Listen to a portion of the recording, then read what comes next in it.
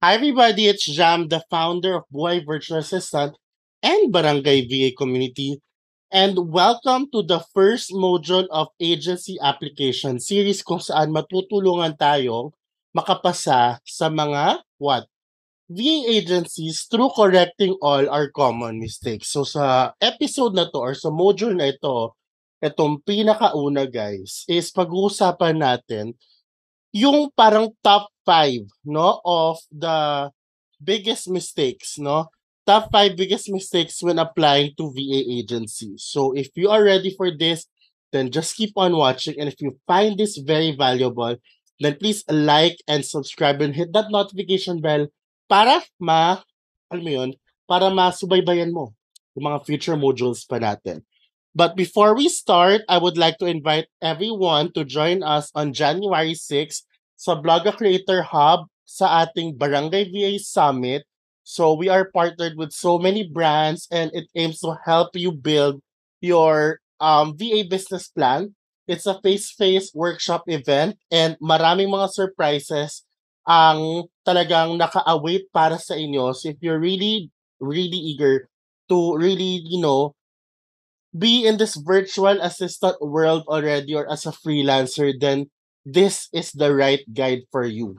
Okay? So again, Barangay VA Summit, January 6, 2024 sa Blogger Creator Hub. So if you want to reserve your slots already kasi 37 slots na lang, please click the link in the description box. So, let's start. The first reason kung bakit, the first reason kung bakit hindi tayo pumapasa is because number one, we are not even reading or researching about the job application or the job description or the agency itself, no? Madalas sa atin is we keep on applying, mass applying, kung ano yung trending mass applying, pero hindi natin alam kung qualified ba tayo dito. Okay, so let's see some examples. There, for example, meron kang nakitang job application or job posting sa Facebook group, no? Nakalagay na dyan lahat ng important things that you need to know. Like for example, aning role, sang agency, job code, aning rate per hour, paano paano mag-apply, andito na, no? Ano yung experience needed, ano yung availability, 40 hours per week, Eastern Time, di ba? Andyan ulit yung where to apply, no? And all the frequently asked questions. Pero what do we see again in the comment section? How to apply. Binlur ko na lang guys or binlock ko na lang guys yung mga faces and yung mga names syempre for privacy. Ayan. So, see, meron pa rin nakalagay na how to apply. No, hindi kasi tayo marunong magbasa. At hindi natin binabasa yung qualifications. Apply tayo and apply, no? Pero hindi pala tayo qualified, no? Kaya hindi nagpo-push through yung ating mga application.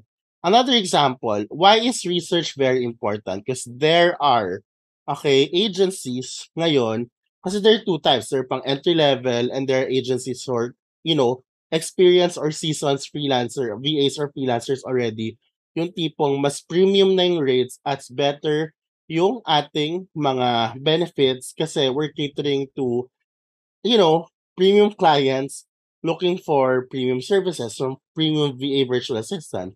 So, apply tayo na apply, tapos magagalit tayo, bakit hindi tayo pasado at bakit napakataas ng qualifications or standards. Wherein nandoon naman sa website kung ano yung pinaka-overall qualifications na hinahanap namin ng virtual assistant.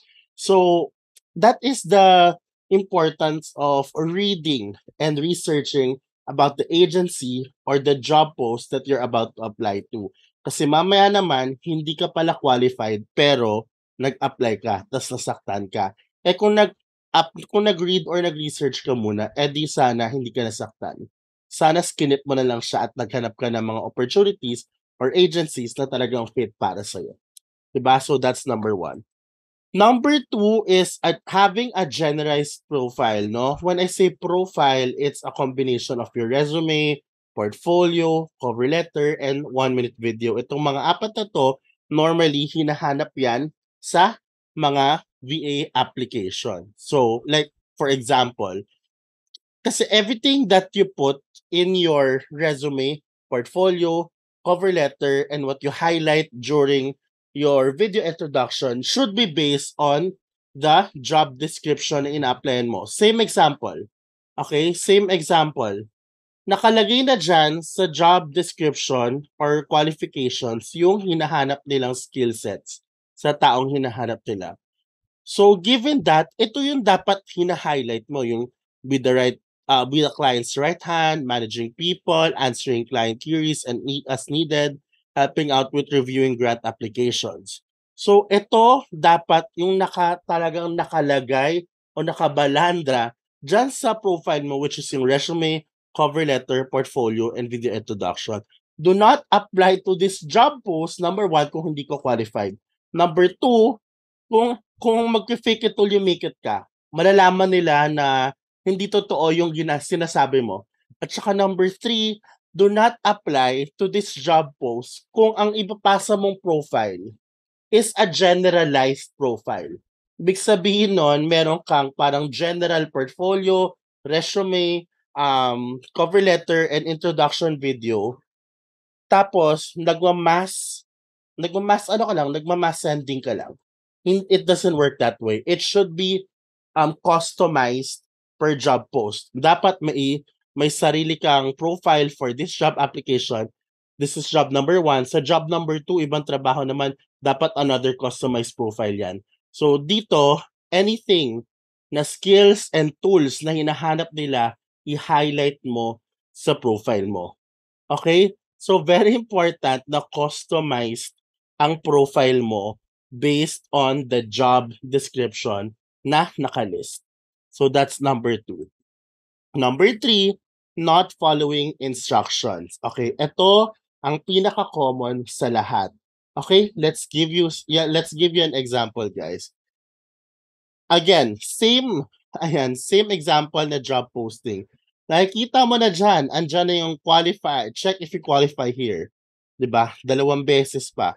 Pero tingnan mo yung mga private messages. Private messages ha. Okay, how to apply po, 'di ba?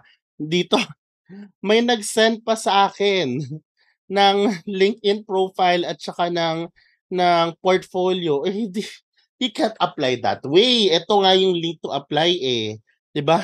Meron pa dito nag-express ng interest to apply, no? At nagtatanong how to apply for the opportunity. Pero guys, nandito na nga lahat. Andito na 'di ba? Babasahin mo na lang. Kaya very important guys na nagbabasa tayo ng job postings. Minsan nga nandun na sa pinaka-graphics yung steps, nagtatanong pa rin kung how eh. So guys, always really mali pa yung spelling. Always read and follow instructions. Mali spelling neto, nagigigil ako. I'm so sorry. Pero guys kung gusto mo mag-apply at kung gusto mo ikaw makuha, take your time to read and understand it and research. 'Di ba? Medyo connected siya sa number 1. Next, number 4, ineffective emails, no? Ito yung mga applications na makukuha mo minsan sa online jobs PH tapos it will tell you to email them, no? And then may specific instructions if you want to apply. May mga ganong mga binibigay na instructions sometimes. So this is an example of an ineffective email. Looking at it, would you hire this person? Looking at the email, ito yung sa inbox, tas yan yung mo, yan yung nakalagay na subject na kabungad. Would you click that? 'Di ba? Tas pagka nakakuha ka ng email na ganito, would you hire the person? Nakita mo, why will you not hire this person? Number 1, subject is not click-worthy. Pak, I wouldn't click that. Dito pa lang alam ko nang hindi siya qualified. Delete na agad yung email na to. Hindi ko na bubuksan. Number 2, email body is not enticing. Ito naman, hi, hope you give me a chance. I attach my resume and portfolio. Thank you. Tas walang attachment. Oh, sino ka dyan? No attachment. Number 3. Would you hire this person? Kaya guys, again, wag tayong nagmamadaling mag-apply. Hindi 'to pabilisan 'no, it's more on quality versus quantity, guys. So, take your time. Make it, something na isang look pa lang ikaw talaga hanap nila. This is not nice. Okay? Stop sending these kinds of emails, lalo na yung mga walang subject. It's not giving. And lastly, number 5, very important kasi pag hindi mo alam yung identity ng business mo, baliwala lahat ng sinabi ko sa points 1 to 4 or reasons 1 to 4. Mga beshi, baliwala. Kasi dito, ang foundation, okay, ito yung foundation ng business mo. Okay, ito yung parang VA business plan mo na kailangan sobrang clear sa'yo bago mo i-offer yung services mo sa inyong mga future clients. So dito, 3 simple things you need to ask yourself. Who are you as a business? Number 2, who needs your service or services? And number 3, what problem can you solve? Kung hindi mo alam yung pinaka basic questions na ito, then magkakaproblema tayo. Hindi mo alam kung saan ka mag-a-apply, hindi mo alam kung saan ka qualified, hindi mo alam kung paano mo ibebenta ang sarili mo sa client kasi nga, hindi mo alam kung sino ka in the first place as a business. And that is the reason why a VA business plan is very important kasi masasagot itong tatlo, malalaman mo pa kung paano mo i-market ang sarili mo online para to build credibility and for you to be able to, alam mo yon, to sell yourself better sa clients, yung ikaw na lalapitan kasi credible ka na online. At the same time, no, you know everything about your business. Okay, you know how to start your business. You know who to reach out to. Lahat ng mga bagay na yan, alam mo kasi sobrang solid na ng VA business plan mo. Okay? And alam kong marami sa inyo ang hirap dito, kaya naman, once again, if this is your problem, then Barangay VA Summit is for you, which will be on January 6, 2024 sa Blogger Creator Hub. Katabi lang po ito ng SM Mega Mall na Passion Hall, yung harap ng EDSA, dun sa kanan ng SM Mega Mall na yun, there's a huge tower there. And yun po yung Mega Tower. Doon po tayo makikita-kita. 37 slots left, guys. And magkakaroon tayo ng mga following if you join it, no?